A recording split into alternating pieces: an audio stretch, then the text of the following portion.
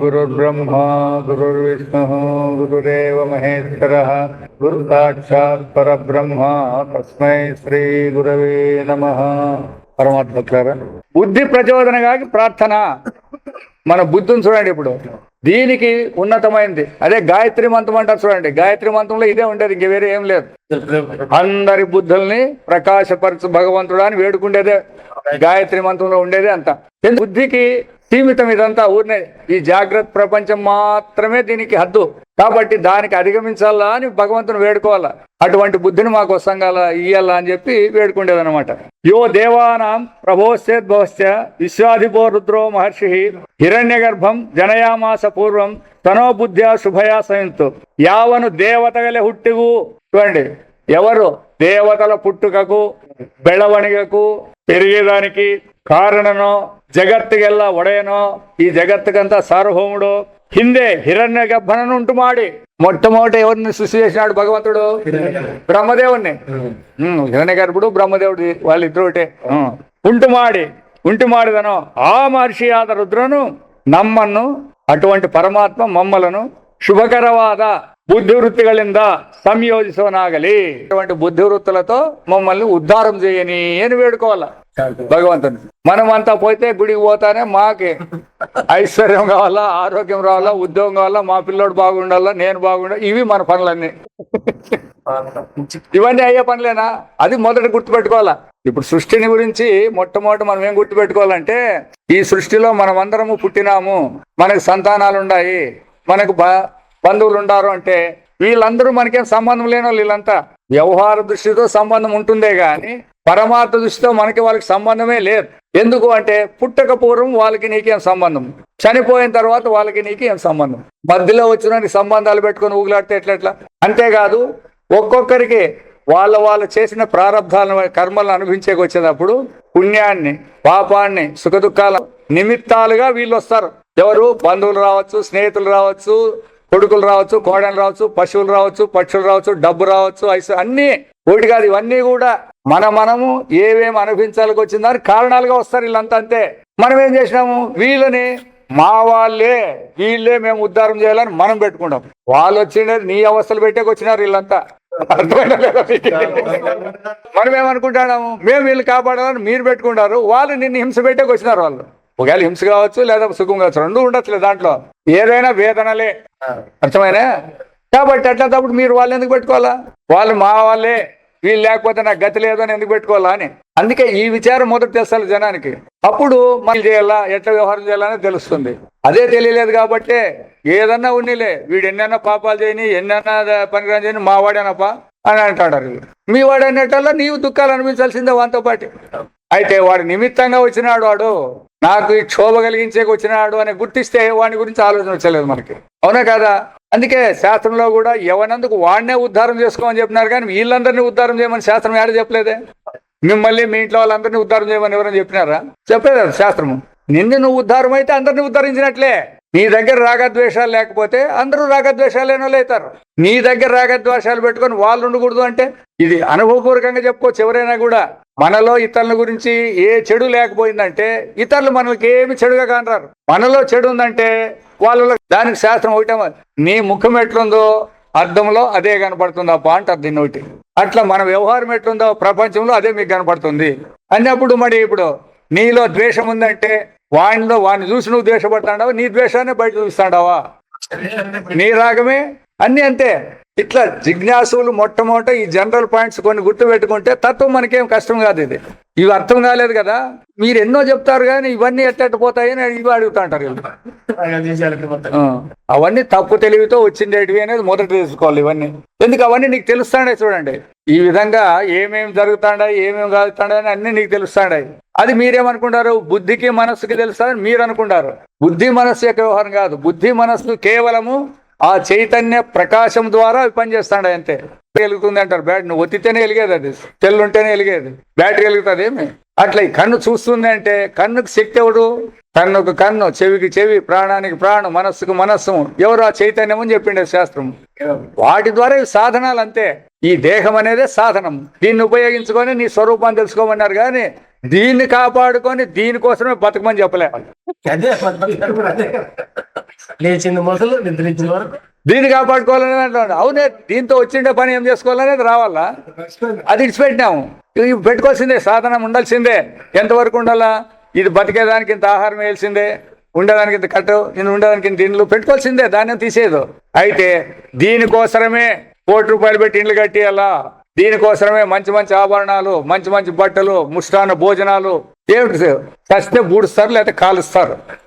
ఈడే కాదు, మళ్ళీ అందరెదురు ప్రత్యక్షంగా జరిగేది ఇది. మరి అటువంటి అప్పుడు దీనికి ఎందుకంత తాపత్రయము? ఏదైతే నీ స్వచ్ఛస్వరూపం ఉందో దాది సత్యంగా ఉంది, దానికోసం దమ్ముడెత్తు ప్రయత్నం చేస్తాడమా? ఎలాంటి ప్రయత్నాలు లేవు అసలుకి. వ్యవహారంలో ఉండే వాళ్ళ కోసం ప్రయత్నాలు చేస్తాడరే కానీ నా ఉద్ధారం ఏమి, నా గతి ఏమి చనిపోయిన తర్వాత అనే ప్రయత్నమే లేదు. దానికే ఆయన సజ్జన రామదాస్ చెప్తాడనమాట. మొట్టమొదటే చెప్తాడు స్టార్టింగ్ లోనే, ముముక్షు అంటే ఎవడు, మనిషి అంటే ఎవడు, ఇట్లా అన్ని ఆయన దానికి అర్థం చెప్పుకుంటూ పోతాడు. అది తెలుసుకోవాలి ఫస్ట్ ఎవరైనా కానీ. అప్పుడు మనం మనుషుల్లో ఉండామా, ముముక్షుల్లో ఉండామా, పశువుల్లో ఉండామా అనేది తెలుస్తుంది. ಆ ವಿಧಂಗ ರುದ್ರನಾಮಕನಾದ ಪರಮಾತ್ಮನ ಜೀವರಗಳಲ್ಲಿ ಶ್ರೇಷ್ಠರಾದ ಮಾನವರ ಅತಿ ಹೆಚ್ಚಿನ ಅಸ್ಥಿಯಾದ ಬುದ್ಧಿಯನ್ನು ಶುಭ ಸಂಕಲ್ಪಗಳಿಂದ ಸಂಯೋಜನೆ ಮಾಡಿ ಸ್ವಪರಹಿತ ಸಾಧನವನ್ನು ಮಾಡಿಕೊಂಡು ಉದ್ಧಾರವಾಗಂತೆ దారి తోరలి అని అభిప్రాయ. కాబట్టి అన్నిట్లోనూ పరమాత్మ ఉన్నాడు, దాంట్లో ఏం సందేహం లేదు. చీమ మొదలుకొని బ్రహ్మదేవుని వరకు ఒకే పరమాత్మే ఉండేది. అయితే చీమలు, దోమలు, క్రిములు, కీటకాలు, పశువులు, పక్షాదులు వీటికి వివేకం లేదు. వివేకం అంటే ఏం వివేకము? ఏది సత్యము ఏది అసత్యం అనేది లేదంటే అర్థమైనా. మిగతావి మనకి దానికి రెండింటికి ఒకటే.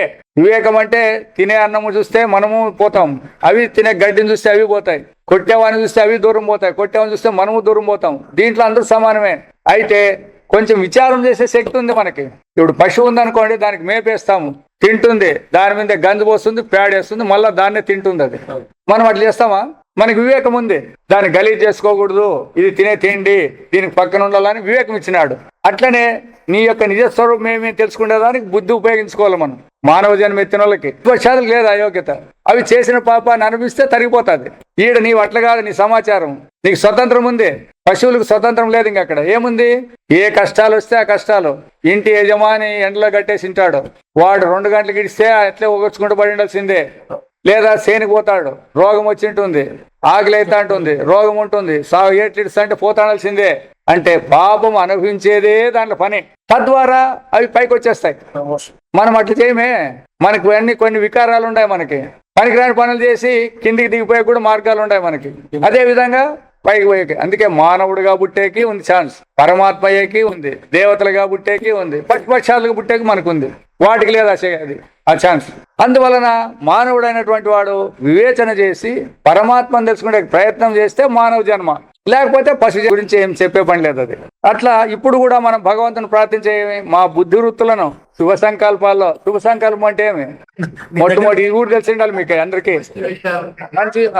మంచి విషయమే అది సృష్టిలో. మరి అది అందరికీ ఎంతమంది తెలుసు? శుభ సంకల్పం అంటే ఎంతమంది తెలుసు? మా ఇంట్లో శుభకార్యం చేస్తాను అంటే, పెళ్లి చేస్తానంటే శుభకార్యము, వ్రతం చేస్తానంటే శుభకార్యము. అవునా కదా మనం పెట్టుకునేది?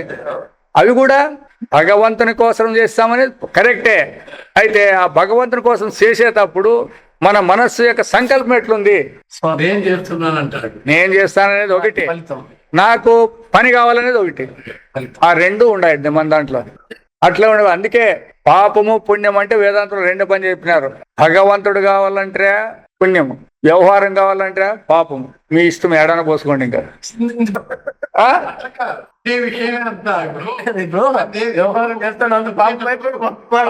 వ్యవహారం అంటే ఏం చేస్తాడు నువ్వు?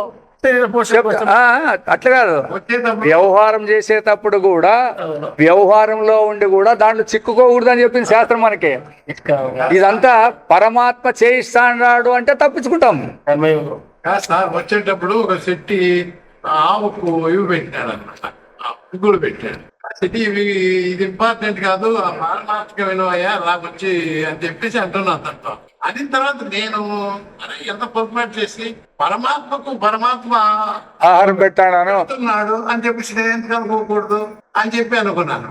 అంతా పరమాత్మ సరేలే పోషించారు. అందుకే చెప్తానే, పరమాత్మ వ్యవహారమే చేస్తాడమంటే ఏం తప్పులేదు, ఆయన కూడా ఏం తీసేయడు. నా వ్యవహారం చేస్తానంటాడు కదా నువ్వు, అది ఇటే చిక్కు అని చెప్పిండు అంతే. లో ఉండి కూడా తప్పించుకునే దానికి మార్గం వండుకొనే చెప్తా. అందరూ ఉత్తమాధికారులేం కాదు ఇక్కడ, అందరూ కర్మయందు ఆసక్తి ఉండే వాళ్ళే. అయితే కర్మను చేసేటప్పుడు ఏ విధంగా చేయాలంటే నేననే అహంకారము, నాదనే మమకారము, ఫలాపేక్ష లేకుండా ఈశ్వరార్పణ బుద్ధితో చేయాలని చెప్పినాడు. దాంతో చేసేదానికి ఏం మనకి వ్యవహారాన్ని ఇష్టమని చెప్పి భగవంతుడు చెప్పినాడు, యుద్ధం చేయవా అన్నాడు కదా అర్జున్ని. ఇంకా అంతకంటే పాపమా? అయిపోయి చెప్పినాడు కదా యుద్ధం చేయని చెప్పినాడు అందులో. మరి అది చెప్పినాడు, ఇంకెంత పాపం ఉండాలా? అది ఇంపార్టెంట్. మరి అదే తీసుకో కాబట్టి చెప్పినాడు కదా. అడేం చెప్పినాడు, నువ్వు చేయమని చెప్పినానంటే నువ్వు చేస్తాను అనుకోవద్దు, అదంతా నా వ్యవహారం అన్నాడు కదా. వాడు ఆ పాయింట్ గుర్తుపెట్టుకోవాలి మనం. ఇదంతా భగవంతుని లీల, దాంట్లో మనం పనిముట్టు అంతే. అటు చేస్తే అయిపోయింది, దానికేంత లేదు. ಜ್ಞಾನಂ ಮಹೇಶ್ವರಾದಿ ಚೇತ್ ಜ್ಞಾನವನ್ನು ಪರಮೇಶ್ವರನ ಕಡೆಯಿಂದ ಪಡೆದುಕೊಳ್ಳಬೇಕು ಎಂಬುದೊಂದು అభియుక్తర వాక్య, అంటే తెలిసినటువంటి వారి వాక్యం ఇది. మనం జ్ఞానాన్ని పొందల్లా అనేది పెద్దల వాక్యం ఇది. ಈ ಸಂದರ್ಭದಲ್ಲಿ ಈಗ ನಾವು ಪ್ರಸ್ತಾವ ಮಾಡಿರುವ ಶ್ವೇತಾಶ್ವತರ ಉಪನಿಷತ್ತಿನ ಮಂತ್ರವು ಈ ಅರ್ಥವುಳ್ಳದ್ದಾಗಿದೆ. కాబట్టి మనం కూడా భగవంతుణ్ణి ఆ విధంగానే వేడుకోవాలనేది ఈ మంత్రం యొక్క అభిప్రాయం. ಇದರಲ್ಲಿ ರುದ್ರನಾಮಕ ಭಗವಂತನಲ್ಲಿ ಬುದ್ಧಿ ಪ್ರಚೋದನಗಾಗಿ, ఈ బుద్ధి ప్రచోదనం అంటే ఇప్పుడు చేస్తాంది, బుద్ధి ఏం ప్రచోదనం కాకుండా పోలే. అయితే వ్యవహారం సత్యం అని చేస్తాంది ఇది. అది వ్యవహారం సత్యం కాదు, దీనికి ఆధారమైన పరమాత్మ సత్యము అని పోవాలి మనిషి ఇప్పుడు బుద్ధి. అది ಬುದ್ಧಿ ಪ್ರಚೋದನೆಗಾಗಿ ಪ್ರಾರ್ಥನೆ ಮಾಡಿದೆ. ರುದ್ರ, ಮಹೇಶ್ವರ, ಮಹಾದೇವ, ಶಂಕರ, ಶಿವ ಮುಂತಾದ ಹೆಸರುಗಳೆಲ್ಲವೂ ಒಬ್ಬನೇ ದೇವನಿಗೆ ಸಲ್ಲುತ್ತವೆ. ಇಂತమంది దేవుళ్ళు లేరు, ఒకే దేవునికి పేర్లన్నీ. ఆ భగవంతును సర్వజ్ఞను సర్వవిధను ఆగిరువను. ఆ భగవంతుడు అన్నీ తెలిసినటువంటి వాడు, అంతా చేయగలిగినటువంటి శక్తి గల ఉండేవాడు. ఇన్ని సర్వగతుడు, సర్వజ్ఞుడు, సర్వశక్తిమంతుడు అని ఆయన పేర్లన్నీ ఇవన్నీ. సర్వభూతಗಳಿಗೂ ఈశానను సర్వ విద్యಗಳಿಗೂ ಒಡೆಯನು ಆಗಿರುವನು. ఈ భూతాలన్నీ పరిపాలిస్తాడు, అన్ని విద్యలు కూడా బోధించే శక్తి కూడా ఆయనకుంది. అవనే బ్రహ్మ, అతడే బ్రహ్మ. ಹಾಗೂ చతుర్ముఖ బ్రహ్మణికు అధిపతి. వీడు మర్చిపోద్దండి, సృష్టికర్త అయిన బ్రహ్మదేవునికి కూడా ఆయనే జ్ఞానాన్ని కలిగించినాడు. నారదడతాడు, నువ్వే పెద్ద అంటే అప్పుడు నానా స్థావర జంగమ ప్రకరములు నాయంత నిర్మింప విజ్ఞానం బేమీ లేక తొట్టుపడ నాకు సమస్తాన్ సందారంభ విచక్షణతో మహోదారముగా నిత్య మున్ను. ఆ ఈశ్వరుగాక జగములు నిర్మింపనే శక్తి ఉండనే అంటాడు ఆయన. ఆ భగవంతుడే నాకు ఆ శక్తినిచ్చి చేయమంటే చేసినాను రా, నాకేడు స్వతంత్రం అంటాడు, కొడుకుతో చెప్తాడు అనమాట. ఎవరు? సృష్టికర్త బ్రహ్మ. కాబట్టి ఆయనకి ఈ సృష్టి చేసే కార్యాన్ని కూడా ఆయనే సహాయపడినాడు, ఆ పరమాత్ముడే. దాంట్లో ఉండేది మనము, మనం ఎట్లా ఇప్పుడు చూడండి. దేవుడు ఆడున్నాడు అని సరి దిగినాం మనం ఇప్పుడంతా. కాబట్టి ఇంత భగవంతనే మానవరాదియాగి, అటువంటి భగవంతుడే మానవుడు ఆదిగా కలిగి సకల చరాచర వస్తువులను ఉంటూ ಮಾಡಿರುತ್ತಾನೆ. ఆ సకల చరము అంటే కదిలాడేటివి, అచరం అంటే కదలాడు. ಮತ್ತು ಪ್ರತಿಯೊಂದು ಸೃಷ್ಟ ವಸ್ತುವನ್ನು ఏదైతే సృష్టి అయిందో దాన్నంతా కూడా ಒಳಹೊಕ್ಕು ప్రవేశించి అವುಗಳ ఆత్మనాగిరువను, వాటి ఆధారమై ఉంటాడు. అది ఆధారం అనేది అది. కుండకు మన్ను ఆధారము, బట్టకు నూలు ఆధారము, ఆభరణానికి ఆధారం బంగారు. ఇట్లా అది గుర్తుపెట్టుకోవాలన్నమాట. ఆధారాన్ని గుర్తుపెట్టుకోవాలి మనం. ఆధారంతో ఉండేదాన్ని పరావలంబన అంటారు, లేదా ఇతరుని ఆశ్రయించిందని. విశేషವಾಗಿ మనుష్యులలో తన ప్రాకట్యವನ್ನು ಹೆಚ್ಚಾಗಿ దయపాలిస్తును. మనుష్యులలో తన యొక్క ప్రకాశాన్ని ఎక్కువ చేసినాడు. అందుకే కదా ఇప్పుడు శాస్త్రజ్ఞులు అయినారు, డాక్టర్లు అయినారు, ఇంజనీర్లు అయినారు, వాళ్ళు అయినారు, వీళ్ళు అయినారు అంటారు. పశువుల్లో ఎవరైనా ఇట్లా ఏమన్నా, ఒక మానవుల్లోనే ఆయన యొక్క శక్తి ప్రాబల్యము పెరిగిపోయిందనమాట. ಹೇಗೆಂದರೆ ಮನುಷ್ಯನಿಗೆ ಉಳಿದ ಪ್ರಾಣಿಗಳಿಗಂತೆ ವಿಶೇಷವಾಗಿ ಕರ್ಮೇಂದ್ರಿಯಾಲು, ಜ್ಞಾನೇಂದ್ರಿಯಾಲು, ಮನಸ್ಸು, ಹೃದಯ ಇವೆಲ್ಲ ವಿಂಗಡವಾಗಿ ಕೊಟ್ಟಿರುವನು.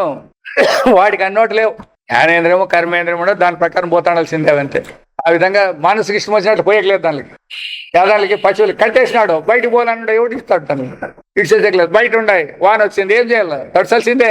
ఇట్లా కాబట్టి మనకి ఇవన్నీ అవకాశాలు ఇచ్చినాడు అనమాట. ఇన్ని రకాలుగా అవకాశాలు ఇచ్చినాడు. జ్ఞాన ధాన్య అణియాద అంతఃకరణమును దయపాల్సవను. జ్ఞానం చేసేదానికి, ధ్యానం చేసేదానికి, ఇంకా వేరే విషయాలు చేసేదానికి కూడా సిద్ధమైనటువంటి అంతఃకరణాన్ని కూడా భగవంతుడు ఇచ్చినాడు. ఇష్టేకే ఇదెందుకు జీవరుగల సమిష్టి అంతఃకరణ రూపవాద మనోమయనాథ హిరణ్య గర్భనన్నే సృష్టి మాడిరువను. ఆ హిరణ్య గర్భుడు అంటే ఆయన యొక్క హృదయమే, ఆయన యొక్క బుద్ధియే మనందరి బుద్ధి. మనమంతా వ్యష్టి, ఆయన సమిష్టి. ఇప్పుడు గాలి సమిష్టి, ప్రాణము వ్యష్టి. ఒక్కొక్కరిలో ప్రాణం ఆడేదాన్ని వ్యష్టి అంటారు, దీన్ని ప్రాణం అంటారు. దీనికి సమిష్టిగా ఉండేదానికి వాయువు. అట్లా హిరణ్య గర్భుడు సమిష్టి, మన మనోబుద్ధులంతటికీ ఆయనే. ఆయన బుద్ధే మనలో ఉండ అంతే. మనకే స్వతంత్రంగా బుద్ధి ఉందనేది లేదు, ఆ బుద్ధినే మనం ఉపయోగించుకుంటాం అనమాట. ఇది సృష్టి మాడే ఇంత ప్రభు మత్తొప్పనిల్లా. ఇటువంటి భగవంతుడు ఇంక వేరే లేడు. ఇట్లా ఇన్ని సౌకర్యాలు చేసినటువంటి వాడు ఇంక వ్యవహారం మనం ఏం చేసుకుంటాం, దాన్ని నిరుపయోగం చేసుకుంటాం అనమాట. ఉళిద దేవతలు కూడా పరమాత్మ గింత ఈచినవరు. మీరు ఎంతమంది 3 కోటి దేవతలు అంటున్నారు, 33 కోట్ల దేవతలు అంటారు, వాళ్ళంతా యువతలోలే, భగవంతునికి కిందోళ్ళు వాళ్ళంతా. అవరు యారు ఈతన పూర్ణ మహిమను అరియరు. వాళ్ళకు కూడా భగవంతుడు అంటే ఏమని తెలియదు. ఇప్పుడు మనకు సంతోషం ఏమి, వాళ్ళకి తెలియాలంటే మనకి తెలియలేప. అంత మనం తెలుసుకునే శక్తి అంటే ఉంది అట్లా అంటారు అనమాట. ఇంత రుద్రను మహర్షి సెరుತ್ತಾನೆ ఋషి ఎందరే తత్వವನ್ನು కండుకొండవను ఎందర్థ. ఋషి అంటే స్వరూపాన్ని గుర్తించినోడు అని. వ్యవహారంలో కూడా ఉంది. అదేది 2 రకాలు చెప్తారు దానికి. ఇప్పుడు అబ్రహాం ఎవడు అమెరికాని కనిపెట్టినాడు ఏమంటారు అన్ని, పొలాన్ని కనిపెట్టినాడంటే ఏమంటారు దానికి, కనిపెట్టినాడు అనే పదానికి అర్థం ఇంగ్లీష్ లో డిస్కవరీ అంటే ఉన్నిన దానికి అనుకున్నాడు అని అంతేవాడు. ఇది అట్లా కాదు. ఋషి అంటే అట్లా ఉన్నిన దానికి అనుకునేవాడు కాదు, అది తానే అయినోడు రావాలి ఋషి అంటే. ఇంకో పదం ఏముంది, అది డిస్కవరీ ఒకటి, ఇంకోటి ఇన్వెన్షన్. బట్ ఇన్వెన్షన్ అంటే అట్లా రాకూడదు. పనిపెట్టు నాకు జ్ఞాపకం రాలేదు. ఆ 2 పదాలకి డిఫరెన్స్ ఉందన్నమాట. అది కనిపెట్టినాడు అనేదానికి ఉండిన దాన్ని కనిపెట్టేది వేరే. ఇప్పుడు గాయత్రి మంత్రాన్ని ఆయనే సృష్టి చేసినట్టు చూడండి. సృష్టి చేసిన ఋషి అంటారు, కనుక్కున్నాను కాదు. ఎవడైతే సృష్టి చేస్తాడో వాడిని ఋషి అనేది. తత్వాన్ని కనుగొని పరమాత్మను తానే తన్నల్లియే పరమాత్మ తనలోనే తానే తనను, ఈ 3 ఆడే ఉంటాయి చూడండి. వేరే విధంగా కనుక్కునేలేదు పరమాత్మ స్వరూపం. అందుకే మనం కూడా పరమాత్మ స్వరూపం తెలుసుకోవాలంటే మనము పరమాత్మ స్వరూపులు అయితేనే తెలుసుకుండేది. అయితే మరి మీరు చెప్తున్నారు కదా కావాలని చెప్తున్నారంటే మీరు అయి ఉండారు. అయితే మీరు దేహం అనుకుంటారు చూడండి, ఆ దేహాన్ని వదిలితే అదే అవుతారు అంతే. అప్పుడు తనలోనే తానే తన్నన్నే గుర్తిస్తారు అనేది సులభంగా పొందుతుంది. ಅಂಡರ ಅನ್ವರ್ಥ ಮಹರ್ಷಿ ಆಗಿರ್ತಾನೆ. ಗೀತೆಯಲ್ಲಿ ಅರ್ಜುನನು ಎಲೆ ಪುರುಷೋತ್ತಮನೇ ನೀನು ಸ್ವಯಂ ನಿನ್ನಿಂದಲೇ ಬಲ್ಲವನಾಗಿದ್ದೆ ಎಂದು ಭಗವಂತನನ್ನು ಸ್ತುತಿಸ್ತಾನೆ. మాయ ఎట్లా వాళ్ళతో పొగిడేకి చేత కదప్ప, నిన్ను నువ్వే గుర్తిస్తావు కానీ మాతో ఎట్లయితుంది అంటాడు భగవంతుడు. కొన్ని చోట్ల నన్ను నేనే తెలుసుకోలేనా అంటాడు ఆయన కూడా. నా శక్తి ఎంత ఉందో, నా మహత్యం ఎంత ఉందో అది నాకు కూడా తెలియదు అంటాడు ఆయన కూడా అంటాడు. ఎందుకు అనంతమది. ಅದರಿಂದ ವ್ಯಾವಹಾರಿಕ ದೃಷ್ಟಿಯಿಂದ భగవంతును సర్వజ్ఞని ఎనిసిదరు. ఎందుకు అంతా తెలిసినోడు నీ వ్యవహార దృష్టిలో. కొంత తెలిసిన వాళ్ళు అల్పజ్ఞులు అంటాము, అంతా తెలిసినోడిని అంతా తెలిసిన అంటారు. ఇక్కడ తెలుసుకుండేది తెలియబడేది 2 ఉన్నాయి వ్యవహారంలో. పరమాత్మ స్వరూపంలో 2 లేవు. తెలుసుకుండే లేదు, తెలియబడేది లేదు, ఉండేది తెలివే అంతే. ಅದರಿಂದ సర్వవో అవనే ಆಗಿದ್ದು అజ్ఞను ಆಗಿರುವನು అంతా అతడే. ఇప్పుడు అజ్ఞాని అంటే కూడా ఆయనే, జ్ఞాని అంటే కూడా ఆయనే, దుర్మార్గుడు అంటే ఆయనే, సన్మార్గుడు అంటే ఆయనే. ఆయన ఇట్స్ లేరు కదా వీళ్ళెవరు. దుర్మార్గులు సన్మార్గులు భగవంతుని ఇట్స్ వాళ్ళు ఏడన్నా వేరే చోటు ఉంటారా? వేరే ఎక్కడ ఉండట్లేదు. ಇಷ್ಟೇ ಅಲ್ಲ, ಪ್ರತಿಯೊಂದು ಪ್ರಾಣಿಯು ಆಗುವೋಗಳನ್ನೆಲ್ಲ ವಿಶೇಷವಾಗಿ ವಿವರವಾಗಿ ನೇರಾಗಿ ತಿಳಿದವನು ಆಗಿರುತ್ತಾನೆ. ప్రతి ఒక్కని యొక్క రాకపోకలు చెప్పే పని లేదు దీంట్లో. అందరినీ కలిసి చెప్పే పని ఈడు పుట్టినాడు అవ్వచ్చింటారు, అవస్థ పోయిందంటే అందరూ పోయింటారు. వీళ్ళందరినీ చెప్పుకుంటే పని లేదు. వీళ్ళు ఇంతమంది ప్రాణులు 84 లక్షల జీవరాశి ఇవన్నీ చెప్పే పని లేదు. అవస్థ వస్తే వీళ్ళందరూ వస్తారు, అవస్థ పోతే అందరూ పోతారు. అట్లా నేలాగితే ఇంత మహర్షియు మತ್ತೊಬ್ಬನಿಲ್ಲವೆಂದು ನಿರ್ವಿವಾದವಾಗಿರುತ್ತದೆ. ఇటువంటి ఋషి ఇంకెవరు కూడా, అంటే ఋషి అన్న ఒకటే, పరమాత్మ అన్న ఒకటే. మళ్ళీ అది వేరే. ఋషి అంటే ఈయనకి సపరేట్గా ఇచ్చే పని లేదు. ఆ విధంగా ಮನುಷ್ಯರಾದ ನಾವಗಲು ಈತನ ಅಪಾರವಾದ ಮಹಿಮನ್ನು ಜ್ಞಾನಶಕ್ತಿ ಬಲ ಐಶ್ವರ್ಯ ವೀರ್ಯ ತೇಜಸ್ಸುಗಳನ್ನು ಅರ್ಥಕೊಳ್ಳವನಾಗಬೇಕು. మనం ఏం చేయాలి మరి? ఇప్పుడు మనం ఇవన్నీ తెలుసుకోవాలా. ఆ ఋషి ఎట్లా తెలుసుకున్నాడో మనం కూడా అట్లే తెలుసుకోవాలా. ಹಾಗೆ ತೋರಿಕೊಳ್ಳುವ ಕಡೆಗೆ ನಮ್ಮ ಬುದ್ಧಿಯನ್ನು ಪ್ರಚೋದಿಸಬೇಕೆಂಬ ಅವನಲ್ಲೇ ಪ್ರಾರ್ಥಿಸಲಾಗಿದೆ. దానికే చెప్తాండేది దేవాలయానికి పోండి, తీర్థయాత్రలకు పోండి, యాటికన్నా పోయినా కూడా మనము అడుక్కోవాల్సినది ఇంతే. ఆయన ఏమని అడుక్కోవాలా? మాకు ఏది శ్రేయస్సు అని తెలియబడుతుందో దాన్ని అనుగ్రహించు అని వేడుకోండి. ఏమి అప్పుడు చెప్పేది ఆయన? నన్ను గుర్తించాలా అంటారు. నన్ను గుర్తించాలా అంటే అటువంటి బుద్ధి మాకు ఇవ్వాలి కదా. భగవంతుని ఆడే మనం అన్ని అడుక్కున్నట్లయిపోతుంది అంతే. నాకు ఇట్లా బుద్ధి ఇయ్యాలనే పని లేదు. నాకు ఏది శ్రేయస్ అనిపిస్తుందో దాన్ని అనుగ్రహించు అయిపోయి. ఇంకా ఆయన గెలిచింటుంది ఏం అనుగ్రహించాలి వీళ్ళకి అనేది. అట్లా కాకోకుండా మాకు ఇదే కావాలంటే మీకు అదే ఇస్తానంటాడు. ఆయన ఏం కష్టపడలేదు, ఎందుకంటే వీళ్ళు వెధవులు అంతే చాలంటాడు ఆయన. ఎప్పుడైతే ఇట్లా అడిగితేనే ఆయన కష్టము. నాకు జ్ఞానాన్ని అని అడిగితే అప్పుడు ఆయన కూడా చెప్తానంట, మీరు గురువు దగ్గరికి పోండి అంటాడంట. అటువంటి గురువుని తయారు చేసి చేయాల. మిగతావన్నీ ఆయన ఇచ్చే శక్తి ఉంది. జ్ఞానాన్ని ఇచ్చేటప్పుడు మాత్రం తానే గురువుగా కావాల్సి వస్తుంది ఆ విధంగా. కాబట్టి ಈ ಪ್ರಕರಣದಲ್ಲಿ ಋಷಿಯು ಬುದ್ಧಿಯನ್ನು ಪ್ರೇರಿಸುವಂತೆ ಭಗವಂತನನ್ನು ಬೇಡಿಕೊಳ್ಳುವುದರ ರಹಸ್ಯವೇನು? ಈ ವಿಧಂగా ಋಷಿ ಭಗವಂತನೇ ಎಂಬುದನ್ನು ವಿಚಾರಿಸೋಣ. ಈಗಾಗಲೇ ತಿಳಿಸಿರುವಂತೆ ಸೃಷ್ಟಿಯಲ್ಲಿ ಮಾನವನು ಶ್ರೇಷ್ಠನೆನಿಸಿದ್ದಾನೆ. అన్ని సృష్టిలో ఉండే వాళ్ళందరిపైకి మానవుడే శ్రేష్ఠుడు అన్నారు. మరి దేవతల కథ అని చెప్పినారు వాళ్ళు. ఎందుకంటే వీళ్ళకి మాత్రమే ఎక్కువగా అవకాశాలు ఉండేది. వాళ్ళకి అవకాశం ఉంది. అయితే వాళ్ళు పుణ్యాన్ని అనిపించేవాళ్ళు కాబట్టి వాళ్ళకి ఆ అవకాశం తగ్గుతుంది. మనకు లేదు. పుణ్య పాపాలు అనిపించే దాని నుంచి ఇది కూడా కోరుకుంటే మనకు ఛాన్స్ ఉందన్నమాట. అది ఆ శ్రేష్టతకి కారణం ಅವನ బుద్ధియే ఆగిదే. ఎందుకు మానవుడు శ్రేష్ఠుడు అంటే బుద్ధి ఉంది. అందుకే కదా నువ్వు బుద్ధి లేనోడు పోరా అని వెంటనే ఇస్తా చూడండి. అంటే పశువు కింద లెక్కేవాడు బుద్ధి లేనోడు అంటానే అదే ఆటి రావాలా. ఏమో నాకు బుద్ధి లేదని అనుకుంటారు. అదే బుద్ధి లేదంటే అయిపోయింది, పశువు కింద లెక్కవాడు. ఈ బుద్ధి ఎంబది ಒಂದು అంతఃకరణ వృత్తి. మనస్సులో ఒకటి 4 ఉంటాయి కదా. దాంట్లో ఆ 4లో మనస్తము అహంకారము 4. మనస్సు అనే సంకల్పికాలు, బుద్ధి నిశ్చయం చేసేది, చిత్తం చింతించేది, అహంకారం నేననేది. దీంట్లో ఒక వృత్తి ఇది. యావ మనుష్యను అంతఃకరణను బలసదే.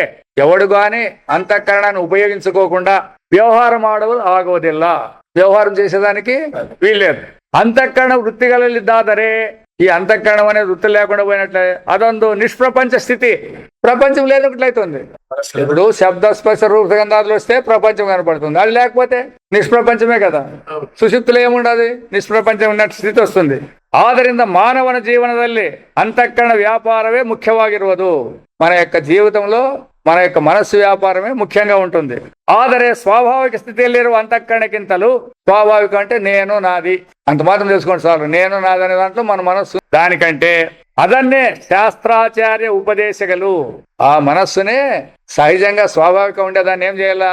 శాస్త్రము, ఆచార్యుల ఉపదేశాలు, ఇట్లా సత్సంగాల్లో ఉపదేశాలు, శమధమాది సంస్కారಗಳು, ಅಂತರೇಂದ್ರ ನಿಗ್ರಹము, బాహ్యేంద్ర నిగ్రహ సంస్కారాలు ಮುಂತಾದ ರೀತಿಯಿಂದ ಸಜ್ಜುಗೊಳಿಸಿದರೆ, ಮುನ್ನಗ ವಿಧಾలుగా సిద్ధపరిచినట్లయితే ಅದು ತನ್ನ ಮೂಲ సాక్షిಯಾದ ఆత్మనన్నే గుర్తిసి. ఇదే మనస్సే. వ్యవహారం లేకపోతే జనమరణ లేకపోతుంది.